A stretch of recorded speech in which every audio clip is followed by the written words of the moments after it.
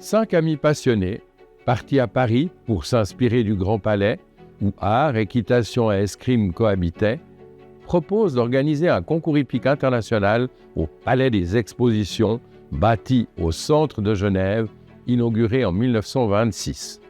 Ils sont passionnés, courageux, visionnaires. 2 d'entre eux étaient aussi impliqués dans la construction de ce palais. Le Salon de l'automobile et le saut d'obstacles s'y dérouleront jusqu'en 1973.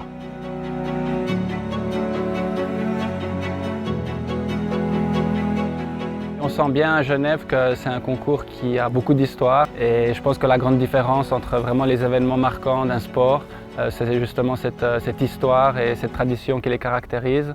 Et je pense que ça c'est vraiment ancré à Genève et c'est ça qui fait que ce concours est si particulier.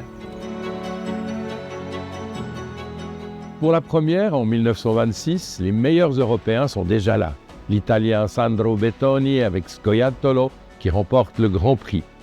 Le Suisse Alphonse Gemuseus et sa Lucette, champion olympique 2 ans plus tôt à Paris, gagnent la grande chasse déjà au programme. Dans le temps, il y avait des magnifiques derbys qui ont participé grandement à l'histoire et au développement de notre sport. Et c'est vrai que moi j'ai toujours beaucoup aimé sauter les obstacles naturels, participer aux quelques derbys qui restent. Je trouve que pour les chevaux et pour les cavaliers, c'est un challenge et une façon de faire quelque chose d'un peu différent, mais qui nous ramène vraiment à la base de ce qu'est l'équitation et le cheval. Après 5 éditions successives jusqu'en 1930, il n'y aura plus que 3 concours en 33, 34, 38. La crise, puis la guerre, freinant sérieusement l'allure, malgré le courage des organisateurs, qui invitent tout de même le cadre noir de Saumur en attraction en 1938. C'est vrai qu'on a une grande chance au concours hippique, c'est qu'il y a des spécificités qu'on retrouve un siècle plus tard.